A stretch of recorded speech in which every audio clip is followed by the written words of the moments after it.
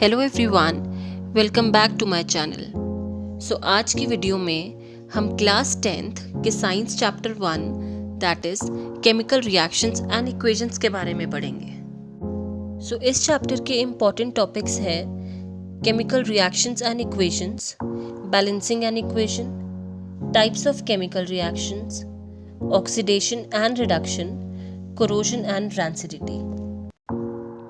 सो इस चैप्टर की first part के नोट्स मैं ऑलरेडी अपने टेलीग्राम चैनल पर अपलोड कर चुकी हूँ। इसका लिंक आपको इस वीडियो के डिस्क्रिप्शन में भी मिल जाएगा। So let's start the video.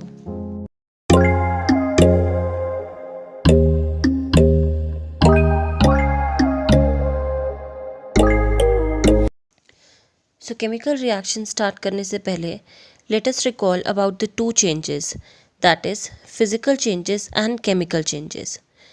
Physical changes को बेसिकली हम टेम्प्ररी चेंज भी बोलते हैं। These are easily reversible, that is जो हमारा ओरिजिनल सब्सटेंस होता है that can easily be recovered. इसका एग्जाम्पल है ice can be converted into water. So basically physical changes में हमारी सिर्फ फिजिकल प्रॉपर्टीज़ ही चेंज होती हैं, that is shape, size etcetera. Now let's talk about chemical changes. Chemical changes को हम permanent change बोलते हैं। इसमें जो एलिमेंट या फिर सब्सटेंस होता है उसकी सारी मॉलिक्यूलर कॉम्पोजिशन चेंज हो जाती है। It means these changes are irreversible. इसमें जो सब्सटेंस होता है उसकी physical as well as chemical properties affect होती हैं। इसका एग्जाम्पल है digestion of food, rusting of iron etcetera. Thus, whenever a chemical change occurs, we can say that a chemical reaction has taken place. So, in simple terms, a reaction in which one or more substance called reactants combine to form one or more product is known as a chemical reaction. In chemical reactions, rearrangement of constituent atoms of reactants takes place. So exam में ये question आ सकता है कि what are the properties of a chemical reaction और how can you depict that a chemical reaction has taken place. So इनमें से आप कोई भी 2-3 पॉइंट्स लिख सकते हो, that is change in state, change in colour, evolution of gas, change in temperature. So अब डिस्कस करते हैं एक्टिविटी 1.1। इस एक्टिविटी को परफॉर्म करने के लिए आपको एक magnesium ribbon about 3 to 4 centimetre long चाहिए, एक बर्नर चाहिए और एक watch glass to collect the magnesium ribbon ashes. So आपको एग्जाम में एक क्वेश्चन आ सकता है कि why should a magnesium ribbon be cleaned before using it in the experiment. तो इसका आंसर है magnesium is a very reactive metal. Air के प्रेजेंस में वो ऑलरेडी एक ऑक्साइड लेयर उसके ऊपर डिपॉजिट हो जाती है, तो उस ऑक्साइड लेयर को रिमूव करने के लिए हमें मैग्नीशियम रिबन क्लीन करना पड़ता है। सो मैग्नीशियम रिबन को क्लीन करने के बाद हमें एक पेयर ऑफ टोंग लेना है to hold the magnesium ribbon and a burner.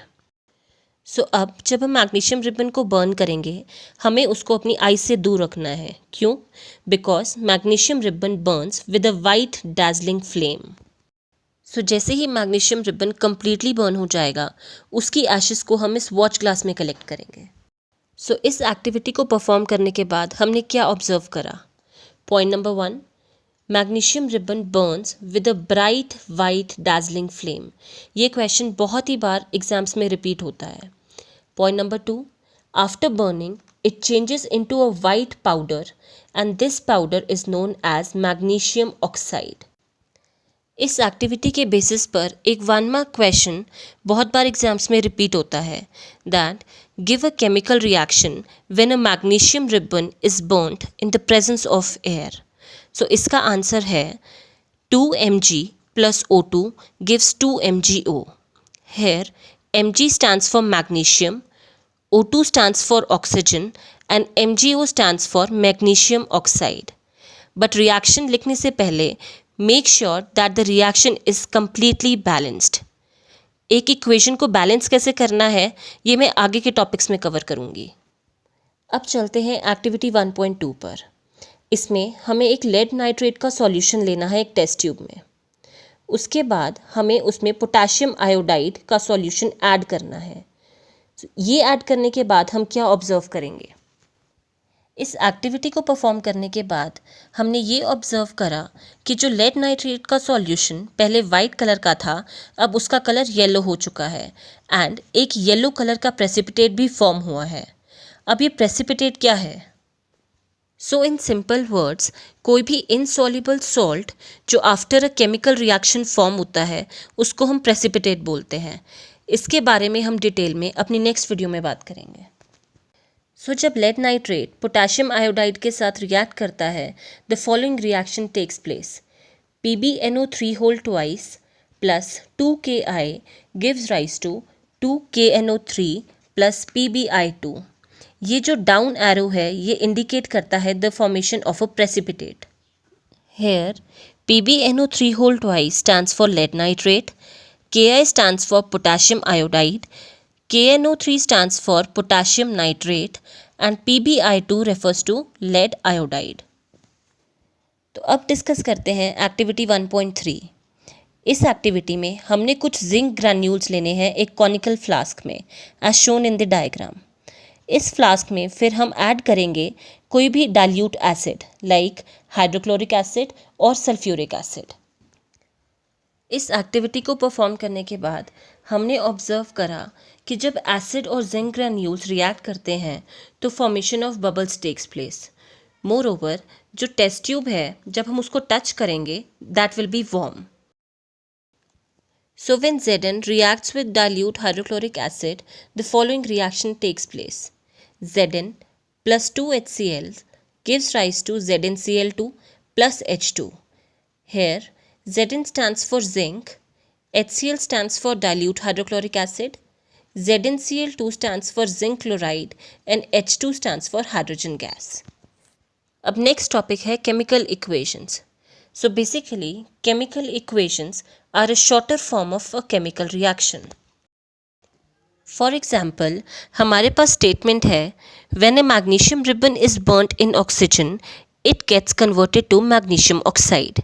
इसकी केमिकल इक्वेशन होगी magnesium plus oxygen gives rise to magnesium oxide.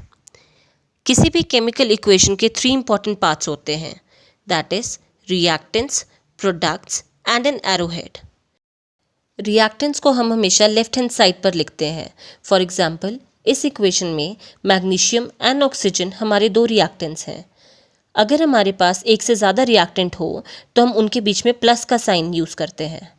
Similarly products हमारे राइट हैंड साइड पर होते हैं और अगर एक से ज़्यादा प्रोडक्ट फॉर्मेशन हो तो उसमें भी हम प्लस का साइन ऐड करते रहते हैं। और एरोहेड हमेशा हमें एक रिएक्शन की डायरेक्शन को बताता है। किसी भी केमिकल इक्वेशन को ज़्यादा मीनिंगफुल बनाने के लिए हम वर्ड इक्वेशन से ज़्यादा प्रेफर करते हैं कि हम एलिमेंट्स के सिंबल्स को यूज़ करें। फॉर एग्जांपल मैग्नीशियम की जगह हम Mg यूज़ कर सकते हैं, ऑक्सीजन की जगह O2 एंड मैग्नीशियम ऑक्साइड की जगह MgO।